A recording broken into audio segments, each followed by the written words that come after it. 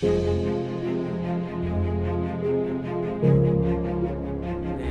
오늘 이제 말라기 제3장인데요. 말라기 제1장에서는 이스라엘을 사랑하시는 하나님이 남편 되시는 하나님과 그 하나님의 사랑을 알아차리지 못하고 주께서 언제 우리를 사랑하셨습니까? 이렇게 적반하장 반항하는 그런 신부된 이스라엘의 모습을 보여주셨고요. 지난주에 제2장에서는 제사장들의 죄를 보여주셨습니다. 제사장들이 앞장서서 하나님의 제사를 멸시하는 그런 모습을 보시면서 여호와 하나님 그냥 희생 제물의 똥을 너희의 얼굴에 발라버리겠다 이런 얘기했잖아요. 뿐만 아니라 똥을 바르는 것뿐만이 아니라 그 똥을 씻어낼 때 씻어내는 것처럼 내가 너희들을 그냥 제거해버리고 싶다. 너희들 그렇게 없애고 싶다. 이렇게 아주 격한 그 하나님의 감정을 드러내 주셨습니다. 2장에서 제사장으로 표현된 이 사역자, 제사장 이제 사역자를 말하는 거죠. 이 제사장으로 표현된 이 사역자라는 직분은 무거운 직분입니다. 그래서 예수님의 친동생이고 또 예수님의 제자였던 야고보가 야고보서 3장 1절에 이렇게 말씀해요. 내 형제들아 너희는 선생된 우리가 더 큰 심판을 받을 줄 알고 선생이 많이 되지 말라. 얘기는 사역자 많이 되지 말라 이런 의미예요. 그 사역자의 위치에 많이 안 있는 게 좋겠다. 왜요? 더 큰 심판 받으니까요. 여기 더 큰 심판이라는 것이 헬라어로 메가스크리마 이렇게 씁니다. 헬라어로 메가스크리마인데요. 여기 메가스라는 단어에서 메가톤이라는 단어가 나와요. 메가톤 바 아닙니다. 메가톤 어디서 들어보셨어요? 메가톤 들어보셨죠? 메가톤 바 아이스크림 메가톤 바는 크다 이런 의미예요. 그래서 메가톤이라는 단어가 여기서 나왔는데요. 보통 폭탄의 수치를 나타낼 때 메가톤급 폭탄이다. 메가톤급 미사일 이런 얘기를 하는 거죠. 2차 세계대전 때 일본 나가사키에 떨어진 원폭이 21킬로톤이었어요. 21킬로톤. 그때 얼마나 이게 큰지 제가 한번 보여드릴게요.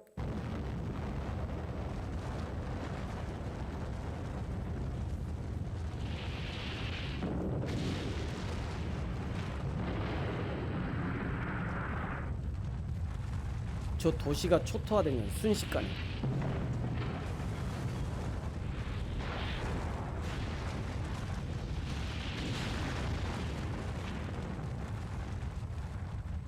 이런 소리는 좀 더 막 빵빵하게 커야 되는데 소리가 좀 적은 거네. 이게 21킬로톤이었거든요. 21킬로톤. 21킬로톤이 터져가고요. 이제 2방 맞았잖아요. 또 원자폭탄을. 히로시마에서 순식간에 14만 명이 죽었어요. 14만 명. 나가사키에서 7만 명이 죽었고요. 2번 떨어져요. 그리고 이제 항복한 거잖아요. 요때 떨어진 게 저기 21킬로톤이에요. 21킬로톤. 이 21킬로톤보다 50배 큰 게 이제 1메가톤이에요. 50배. 그러니까 이 메가톤이란 게 얼마나 큰 건지를 알 수 있는 거죠. 하나님 앞에 사역자들이 잘못하면 메가톤급 심판을 받는 거예요. 사역자들이 잘못하면. 어린이들이 잘못하면요 맴매하고 끝나잖아요. 이런 맴매. 어린이들은 맴매하고 끝나요. 근데 어른이 잘못하면요 맴매로 안 내죠. 어른이 잘못하면 그 응분의 대가와 책임을 묻게 되는 거죠. 성도들이 잘못하면요 여러 가지 정상을 참작할 것이 많습니다. 그러나 전도사, 목사, 선교사들이 잘못하면, 잘못 인도하면 하나님의 메가톤급 심판을 받는 거예요. 그러므로 만만하게 생각하고 사역자 길에 들어서면 안 되는 거죠. 한국 교회처럼 목회자들을 잘 대접해 주는 것이 어디 있습니까? 그렇다고 해서 나 사역자니까 할 말 못할 말 다 하고 성도들을 아주 종부리듯 하고 말씀으로 성도들을 협박해서는 안 되는 거죠. 목회자는 철저하게 섬기는 역할만 잘 해야 합니다. 내가 이 교회의 목회자라고 착각해서도 안 돼요. 내가 이 교회의 목회자죠. 내가 이 교회의 목자라고 착각해서는 안 돼요. 성도들도 우리 교회의 목자는 목사님이야. 라고 착각해서도 안 됩니다. 우리의 목자는 오직 예수님뿐이에요. 그럼 교회의 목회자는 도대체 뭐냐? 제가 가끔 말씀드리는데요. 교회의 목회자는 목장의 개와 같아요. 이렇게요. 과연 엄마 위치의 뒤를 이어 훌륭한 양모리 견이 될 수 있을까요? 저 개 잘 보세요.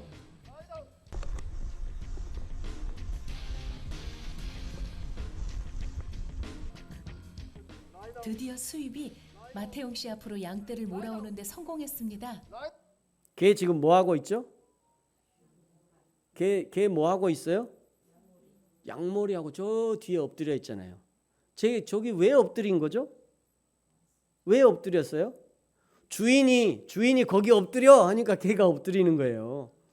여러분 잘 생각해서요. 목장의 개가 양들이 잘못 가면 야야 그리 가면 안 돼. 멍멍멍. 야 그거 뜯어먹으면 안 돼. 멍멍멍. 쫓아다니면서. 그렇다고 저 양들이 왔다 저 개가 그냥 나를 잘 모네 하고 개 따라다닙니까? 양들은 개 따라다니는 게 아니에요. 양들은 그 목자를 따라가야죠. 개가 아무리 잘 짖고 아무리 개가 양머리를 잘한다 해도 저 개를 따라가서는 큰일 나는 거예요. 성도든 목사든 오직 우리의 참 목자 되시는 예수님만 따라가야 합니다. 목사 따라가다가 큰일 나요. 저 따라서 여기 오신 분은 당장 돌아가셔야 돼요. 아니 진짜로요. 이게 진심이에요. 저 때문에 저 잘 짖는 저 개와 같은 목사 때문에 여기 있으면 곤란해요. 그건 안 돼요. 그거는. 그렇게 하지 마셔야 돼요.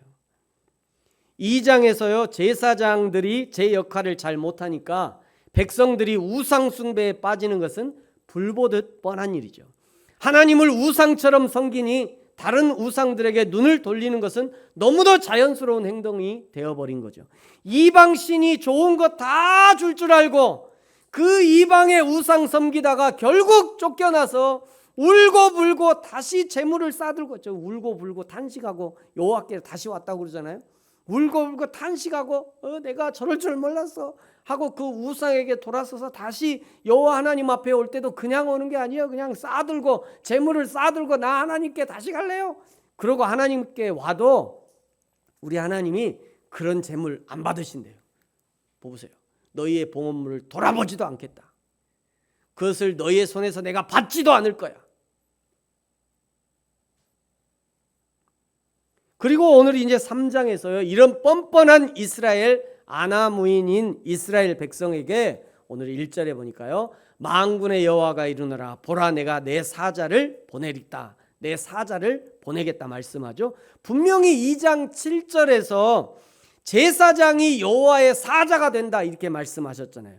근데 그 제사장이 여호와의 사자의 역할을 잘 못하니까 다른 제사장을 보내는 겁니다. 여러분 이거야말로 제사장에게는 정말 굴욕적인 사건이죠. 하나님을 대리하는 너무도 영광스러운 사자의 직분을 맡겨주셨는데 그 일을 제대로 수행하지 못하니까 그 사자의 자리에서 끌어내려지고 새로운 사자를 보내겠다는 거예요. 요즘 그 유행하는 그 트로트에 이런 노래가 있던데.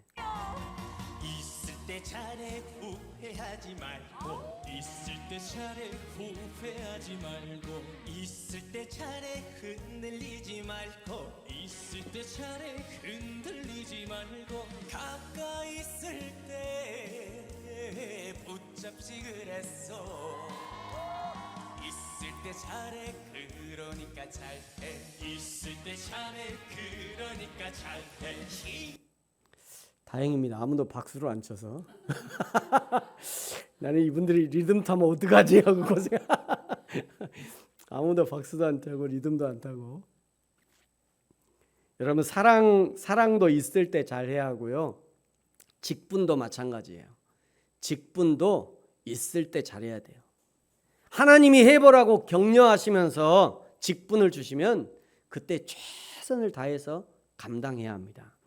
마땅히 잘할 줄 알고 직분을 줬더니 그 직분을 받은 제사장이 제사장의 그 직분, 사자의 직분을 엉망으로 하니까 하나님이 다른 사자, 다른 제사장을 보내겠다는 거예요.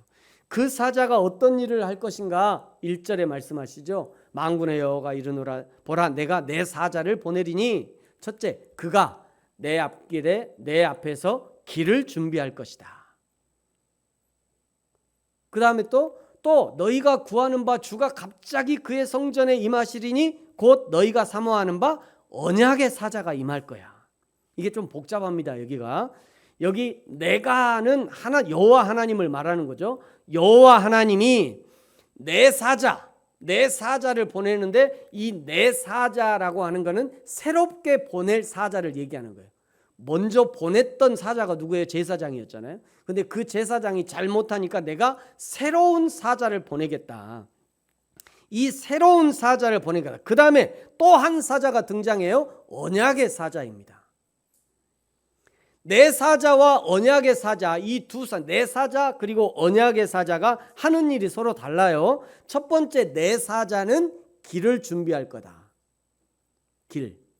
두 번째 이 언약의 사자는 뭐 하냐면 2절에 등장해요. 2절에 보니까 성전에 임하셔서 금을 연단한 자의 불과 표백하는 자의 잿물같이 심판을 행할 것이다 말씀합니다.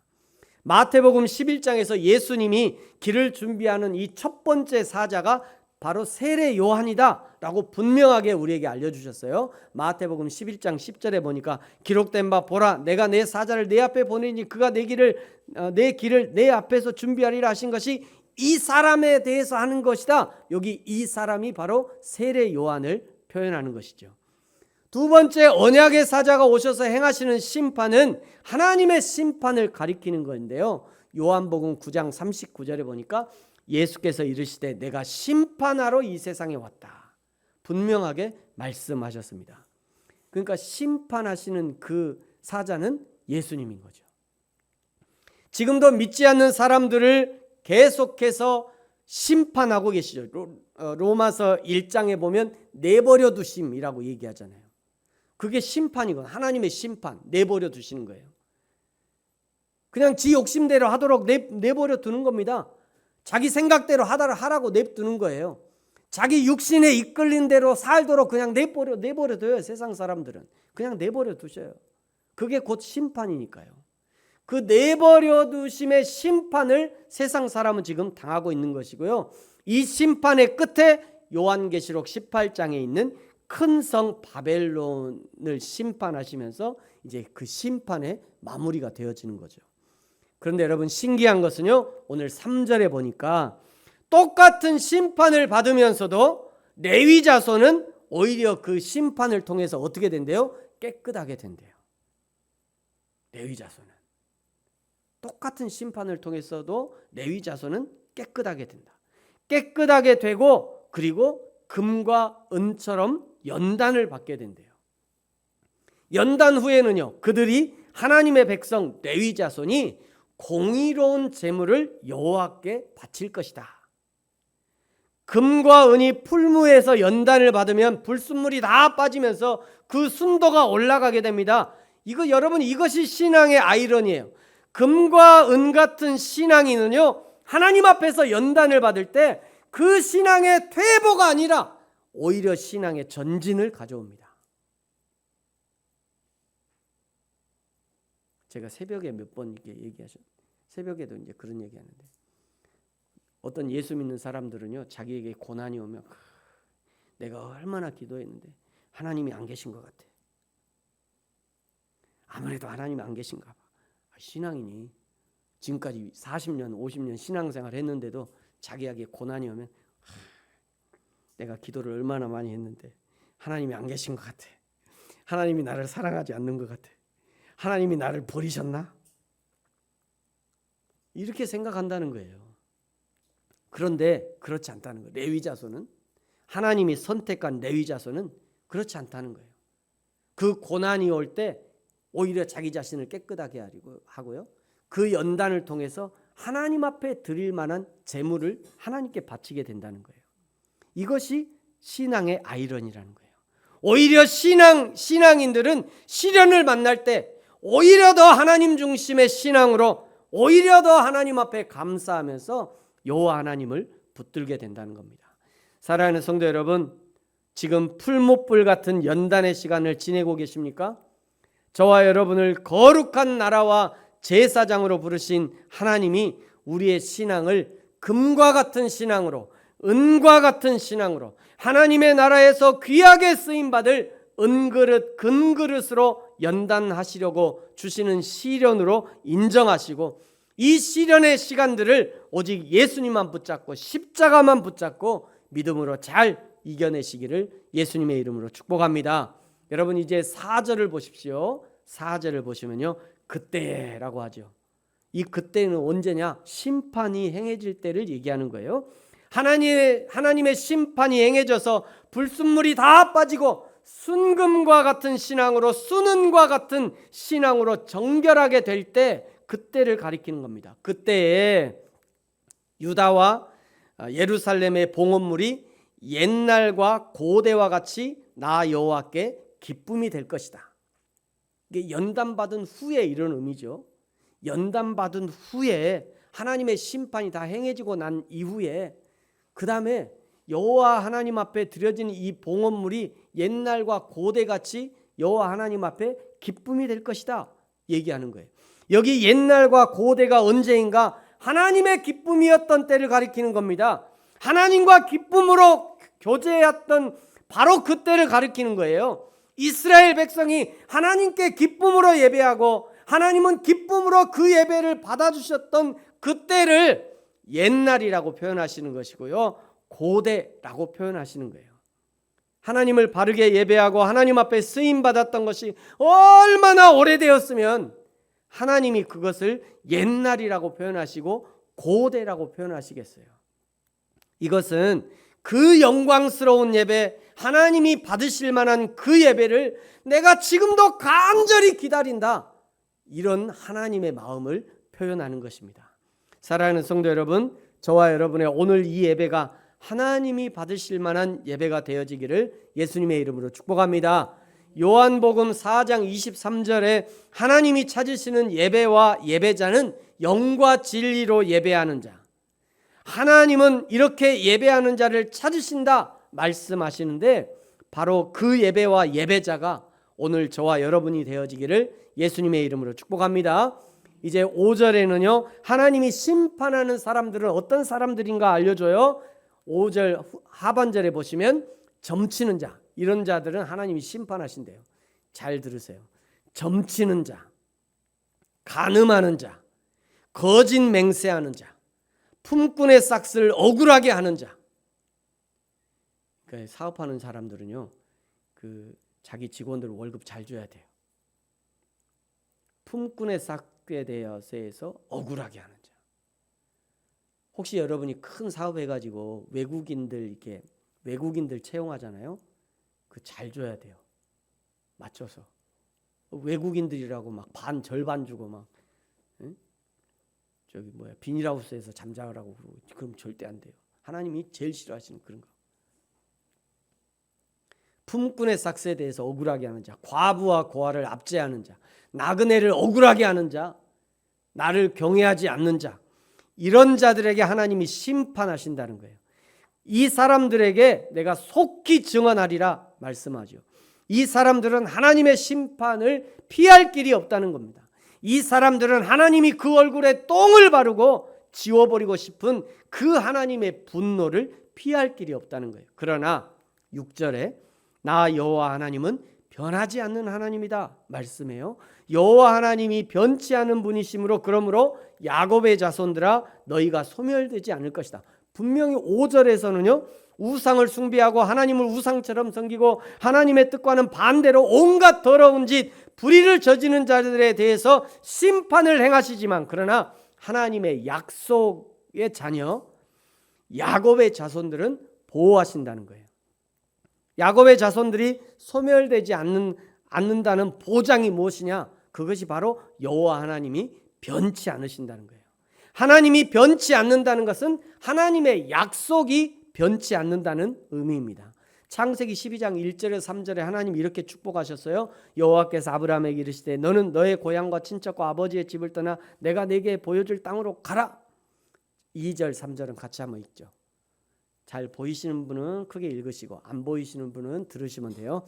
자, 2절 3절 같이 읽겠습니다. 시작. 내가 너로 큰 민족을 이루고 네게 복을 주어 네 이름을 장대하게 하리니 너는 복이 될지라. 너를 축복하는 자에게는 내가 복을 내리고 너를 저주하는 자에게 내가 저주하리니 땅의 모든 족속이 너로 말미암아 복을 얻을 것이라 하신지라. 아멘. 아브라함에게 주셨던 이 첫 약속은 이삭과 야곱에게 그대로 이어지고요, 이스라엘 백성에게까지 이어지고 있는 것이죠. 이스라엘 백성들이 살기 위해서는요, 하나님이 이 약속을 붙들어야 하는 것이고, 때로 이 약속을 잊어버릴 때마다 하나님이 이방이라고 하는 채찍을 사용하셔서 생각나게 하신다는 거예요. 그래서 이스라엘이 70년 포로 이후에 이거 생각하는 거잖아요. 그래가 돌아오는 거예요. 70년 끝에 우리가 그때 그 하나님의 약속 잊어버렸구나 하고 생각해가지고 생각났더니 아이고 인제 생각나냐 이놈들아. 그리고 70년 만에 돌아오게 하시는 거예요. 이거 잊어버리니까. 여러분, 오늘날 그리스도인들도 마찬가지입니다. 아브라함의 약속이 영적 아브라함의 자손인 그리스도인들에게까지 이어지고 있는 것인데요, 만약 그리스도인들이 하나님의 약속을 붙들지 않으면 고난이라는 채찍을 통해서 돌아올 수 있도록 하나님이 고난의 채찍을 드시는 거예요. 이 하나님의 약속 때문에 이스라엘이 소멸되지 않을 것이다 라고 증언하시는 거예요. 저와 여러분이 하나님의 자손이고 아브라함의 약속을 붙드는 믿음의 사람이라면 하나님의 나라에 이르기까지 소멸되지 않는 은혜를 입게 될 것이고 영원히 하나님과 함께하는 영광을 얻게 될 것입니다. 드디어 그 유명한 이제 11조에 관한 말씀이 7절 8절에 등장합니다. 말라기 3장 7절 말라기 3장 여러분 유튜브에 한번 쳐보세요. 말라기 3장 설교 딱 치면요, 대부분이 11조에 관한 설교예요. 이 본문에 이게 11조에 관한 그 본문이 나오니까요. 근데 여러분 이제 이 7절과 8절을 읽을 건데요, 지금 읽으면서 과연 하나님의 강조가 어디 있는지 한번 찾아보십시오. 하나님이 어디를 강조하는지. 자, 7절과 8절 같이 한번 읽겠습니다. 시작. 너희 조상들의 날로부터 너희가 나의 규례를 떠나 지키지 아니하였도다. 그런즉 내게로 돌아오라. 그리하면 나도 너희에게로 돌아가리라 하였더니 너희가 이르기를 우리가 어떻게 하여야 돌아가리까 하는도다. 사람이 어찌 하나님의 것을 도둑질하겠느냐? 그러나 너희는 나의 것을 도둑질하고도 말하기를 우리가 어떻게 주의 것을 도둑질하였나이까 하는도다. 이는 곧 11조와 봉헌물이라. 아멘. 여기서 강조하는 것은요, 8절 끝에 11조와 봉헌물입니까? 아니면 7절에 그런즉 내게로 돌아오라. 그리하면 나도 너희에게로 돌아가리라입니까? 현진이 뭐예요? 하나님이 강조하는 게 뭐예요? 에? 돌아오라잖아요. 그거 아니고 11조와 봉헌물이라고 생각하시는 분은 없죠? 하나님이 지금 강조하는 것은요, 내게로 돌아오라예요. 내게로 돌아오라. 그런데 백성들의 대답을 한번 들어보세요. 하나님이 내게로 돌아오라 이랬더니 백성들이 뭐라고 대답하냐면 우리가 어떻게 해야 돌아가리까? 백성들이 이렇게 대답하는 거예요. 이 대답은요, 1장부터 계속 하나님께 따져 물으면서 백성들이 대답하는 것과 같은 맥락이에요. 하나님이 돌아오라 하니까 신부된 이스라엘이 따져 묻는 거죠. 우리가 도대체 어떻게 하라는 거냐? 아니 하나님 도대체 우리한테 뭘 이렇게 요구하시는 게 많은 거예요. 우리가 도대체 어떻게 하라고요? 그 대답으로 말씀하시는 것이 뭐냐면 하나님의 것을 도둑질하지 말아라. 나의 것을 도둑질하지 말아라. 너희가 도둑질한 그것이 11조와 봉헌물이다. 그러면서 9절에는요. 온 나라가 나의 것을 도둑질했대요. 그러니까 이 하나님의 것을 도둑질하고 11조와 봉헌물을 드리지 않는 이 현상이 하나님의 예배를 귀찮게 여기고 병든 것, 저는 것, 훔친 것을 드리는 이 현상이 한 개인의 일탈이 아니라 국가적인 현상이었다는 거예요. 국가적인 현상. 10절에 보면요. 온전한 11조를 창고에 드려라. 11조와 헌물을 한다는 것은 이스라엘 백성이 하나님의 신부됨을 인정한다는 것이고 그 인정의 증거로 11조와 헌물을 드리는 거죠. 그러니까 말라기에서 말씀하시는 이 11조와 헌물은 복받고 넘치도록 받고 싸울 곳이 없도록 복받는 조건으로서의 11조가 아니라 내가 하나님의 신부요 하나님의 것이라는 확정, 그 확인으로 드리는 것입니다. 11조는 달랑 11조만 달랑 계산해서 드리면 복받고 끝나는 것이 아니라 그 11조와 봉헌물과 함께 신부의 모든 정절, 삶의 모든 절제, 모든 하나님의 신부로서의 도리를 다 함께 그것과 다 함께 들어줘야 한다는 거예요. 달랑 11조만 드리고 정작 삶의 모습도 안 변해, 생각들도 안 변해, 사고방식도 안 변해, 여전히 세상적 욕심과 야망으로 가득해 어떻게든 교회나 성도들을 이용해서 자기 욕심 채워볼까 하는 태도를 가지고 있으면 그것이야말로 알맹이는 빠지고 빈 껍데기만 드리는 것과 마찬가지라는 거예요. 마태복음 23장 23절에 질책하시는 내용이 동일한 내용이에요. 예수님이 이렇게 질책하시죠. 화 있을진저, 여기 화 있을진저, 이게 지옥에 간다 이런 의미예요. 화 있을진저, 지옥에 갈 거야 너희들. 이런 예수님의 아주 무서운 그런 말씀이죠. 화 있을진저, 외식하는 서기관들과 바리새인들이여, 너희가 박하와 회양과 근체의 11조는 드리되 율법에 더 중한 바 정의와 긍휼과 믿음은 버렸도다. 그러나 이것도 행하고 저것도 버리지 말아야 한다. 둘 다 똑같은 무게로 하라는 거예요. 둘 다. 사랑하는 성도 여러분, 저와 여러분이 물질의 11조와 헌물만이 아니라 내 삶의 11조와 헌물을 기쁨으로 하나님께 드리고 하나님의 신부된 정절을 지켜나가는 저와 여러분이 되어지기를 예수님의 이름으로 축복합니다. 여러분, 여기 어린이들도 있고요, 또 청소년들도 있습니다. 청년들도 있습니다만 어려서부터 하나님 앞에 11조를 구분해서 드리는 연습을 하시면 좋을 것 같아요. 한 달 용돈이나 알바에서 월급 받으면요, 그 중에 10분의 1 준비해서 하나님께 드리는 연습을 해야 돼요. 저는 젊을 때 직장 가서 첫 월급 받으면 하나님께 드려라 이렇게 얘기를 많이 들었어요. 그래서 진짜 그렇게 했어요. 첫 월급 받은 거 10원도 안 떼고, 목사님 이거 제가 오늘 첫 월급 받았습니다. 그리고 하나님 앞에 11조 첫 예물이라고. 저는 지금은 그렇게 가르치지 않아요. 생활을 어떻게 하라고. 근데 우리 젊을 때는 그랬다고요.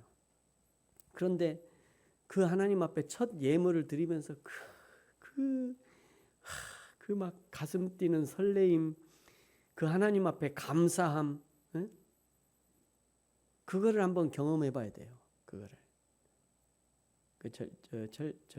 우리 젊은이들을 그렇게 하지 마세요. 그렇게 굳이 안 해도 돼요. 저는 그랬다고요. 저는. 근데 그 기분이, 그 마음이 얼마나 하나님 앞에 감사하든지. 그래서 우리 여기 이제 어린이들은 용돈 받을 거잖아요. 하나님 앞에 용돈, 엄마 아빠한테 용돈 받을 때 한번 해보세요. 여러분이 만약 그러면 부모님들이 깜짝 놀랄 거예요. 젊은이들, 저 뒤에 젊은이들 아르바이트 해갖고 월급 받거든. 그 11조 연습해야 돼.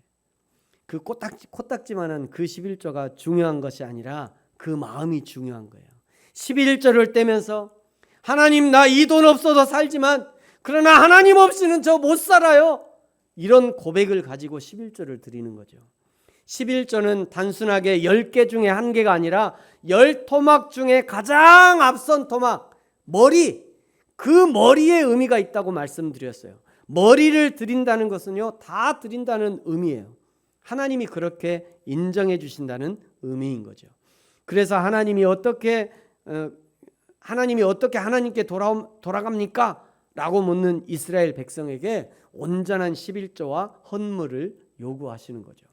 11절부터 이제 15절까지는요, 하나님과 신부의 관계가 회복된 성도들에게 주시는 복을 말씀해요.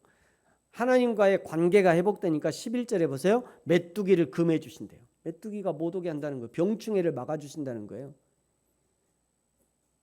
병충해가 오면 하나도 못 건질 것을 하나님이 병충해가 안 오도록 막아 주신대. 병충해가 안 오면 100배 1000배 버는 거잖아요. 병충해가 안 오면 옥수수 하나 심어보세요. 옥수수 알 하나 심어보세요. 그 옥수수 대에서 한 10개는 맺힐 거죠? 적어도 10개, 옥수수 알이 10개는 맺힐 거예요. 옥수수 알 한번 다 뜯어보세요. 1000배가 보여요? 10,000배는 될 것 같아. 10,000배. 근데 메뚜기가 오면 그거 못 하잖아요.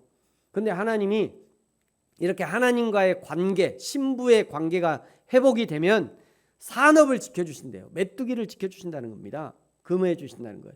포도나무 열매가 기한 전에 떨어지지 않게 해주시겠대요. 12절에 보세요. 너희 땅이 아름다워질 것이다. 이방인들도 너희를 부러워할 것이다. 이렇게 하나님이 축복해 주실 건데도 이스라엘 백성들의 실상은 어떠냐? 13절에 보니까요. 너희가 완악한 말로 하나님을 대적했대요. 그러고도 우리가 무슨 말로 주를 대적했습니까? 이렇게 또 대든다는 거죠. 14절 보세요. 하나님을 섬기는 것이 헛되다 라고 얘기한다는 거예요. 하나님의 말씀 지키는 것이 왜 이렇게 슬프냐? 하나님 앞에 예배하는 게 왜 이렇게 불편한 거야? 하나님 섬기는 게 왜 이렇게 힘들어? 이렇게 얘기한 백성들이. 그러면서 오히려 15절에 보세요. 교만한 자가 복되다 하고 악을 행하는 자가 번성하고 하나님을 시험하는 자가 화를 면한다 한다. 어쩜 이 시대하고 이렇게도 비슷한지. 교만한 자가 복되고 악을 행하는 자가 번성하고 말이죠. 하나님을 시험하는 자가 화를 면한다고. 하나님 믿는 거 쓸데없는 거야. 야, 그 시간에 가서 돈이나 벌어. 이렇게 얘기하고. 너는 시간도 많다. 그 시간에 가서 공부를 한 자리 더 해라. 이렇게 얘기하고.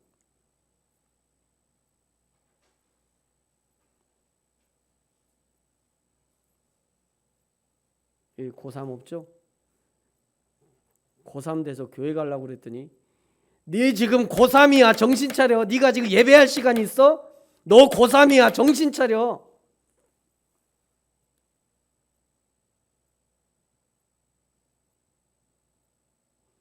그런다는 거예요. 똑같은 얘기예요. 교만한 자가 복되다고, 악을 행하는 자가 번성하고 하나님을 시험하는 자가 화를 면한다고. 어쩌면 이 시대와 이렇게도 비슷한지. 그래서 하나님이 마지막 경고처럼 말씀하신 것이 16절, 17절, 18절이에요. 16절을 보세요. 여호와 하나님이 그 이스라엘 백성들의 불평, 불만을 분명히 들으셨다. 그리고 여호와를 경외하는 자를 기념책에 기록할 것이다. 17절 보세요. 내가 정한 날에 여호와를 경외하는 자들을 나의 특별한 소유로 삼을 것이다. 말씀하고요. 18절. 그때 하나님의 때를 가리키는 거죠. 그때가 되면 너희가 돌아오고 누가 의인인지 누가 악인인지를 분별하게 될 것이고 누가 하나님을 섬기는 자인지 누가 하나님을 섬기지 않는 자인지를 분별하게 될 것이래요. 언제 이런 일이 일어납니까? 요한계시록 20장에 보면요. 천년 왕국의 시대가 되면 우리 믿는 자들이 왕노릇하게 될 것이다 말씀하잖아요.